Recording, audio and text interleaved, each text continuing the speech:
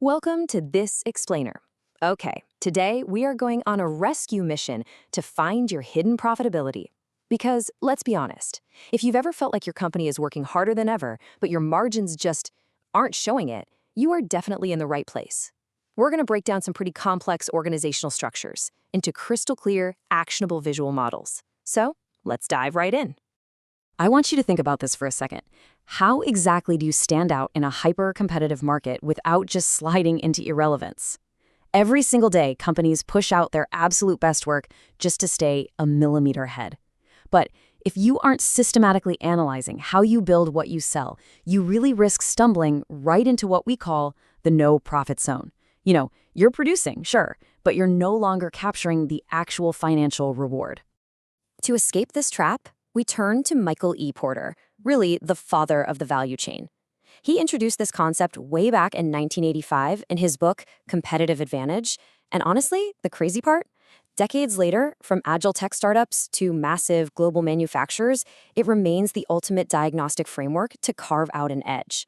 It's not just some fleeting business fad, it's practically the fundamental physics of your business. Now, before we can even begin to analyze a value chain, we have to define what value actually is. And the core objective here is surprisingly simple. Value is literally just the amount that buyers are ready to pay for a particular product or service. That's it. The entire goal of our analysis today is to absolutely maximize that specific value while systematically minimizing the cost it takes to deliver it. So here is our roadmap for today. First, escaping the no-profit zone. Then, the anatomy of the value chain. Third, the frontline, primary activities. Fourth, the backbone, support activities. Next step, conducting your own analysis. And finally, the verdict, pros and cons. All right, let's kick things off with Section 1, Escaping the No-Profit Zone. Business strategist Richard Lynch defines a value chain as a linkage of activities to develop the values of an organization. Think of it kind of like a giant relay race, right from procuring raw materials all the way through production, marketing, and getting the final product to the consumer. The baton is constantly being passed. Every single internal activity transforms inputs into outputs. And the key thing to remember is that during every single one of those handoffs, value is either created or it's lost. Moving right along, let's look under the hood in Section 2, Anatomy of the Value Chain. Basically, any firm fundamentally divides into two main halves. On one side, you have your primary activities. This is the hands-on creation, the sales, and the physical transfer of your product.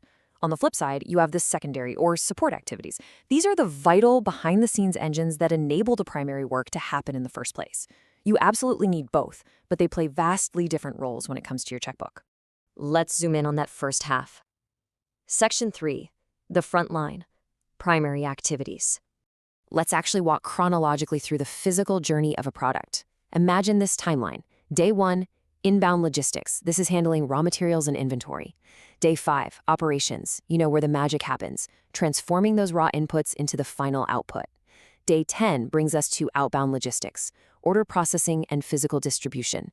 Day 15, sales and marketing, generating the actual sale. And then day 30 and beyond, customer service, which includes things like installation and repairs. Every single one of these steps touches the product, and each one must add more value than it costs to execute.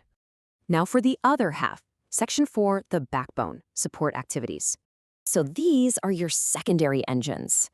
Procurement isn't just casually buying things. It's the strategic purchasing of raw materials and assets.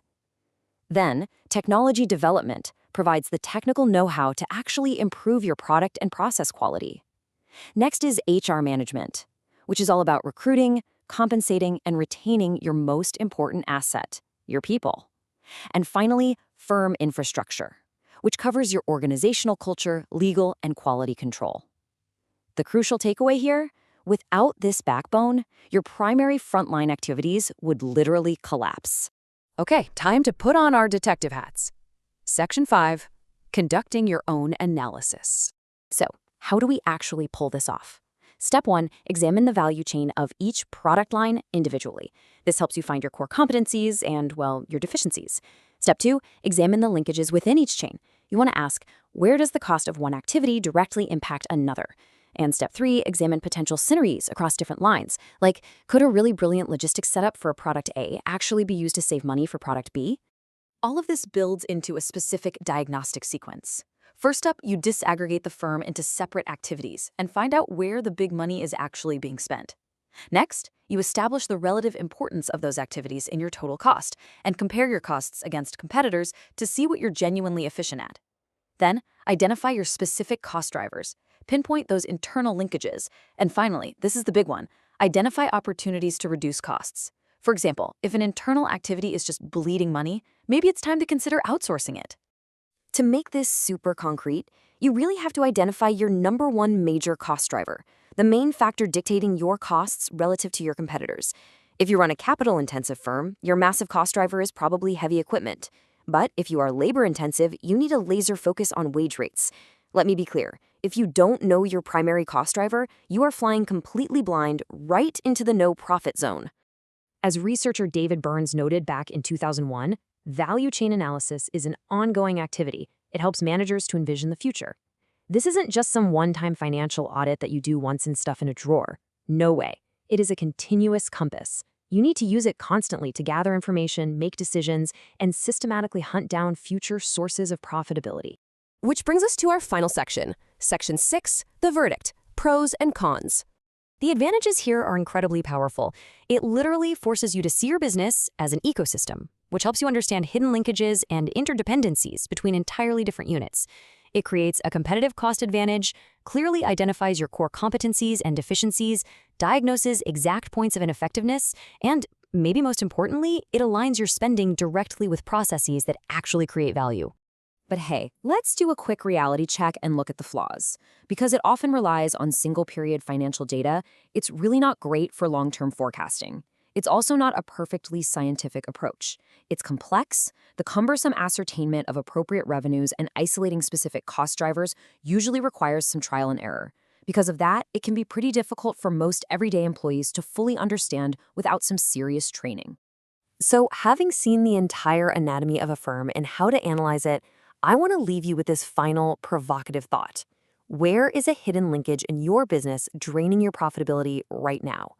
Is your inbound logistics creating a massive nightmare for your operations team? Or is your procurement strategy completely failing to support your frontline sales? Take the insights from this explainer, sit down with your team, and start disaggregating your activities today.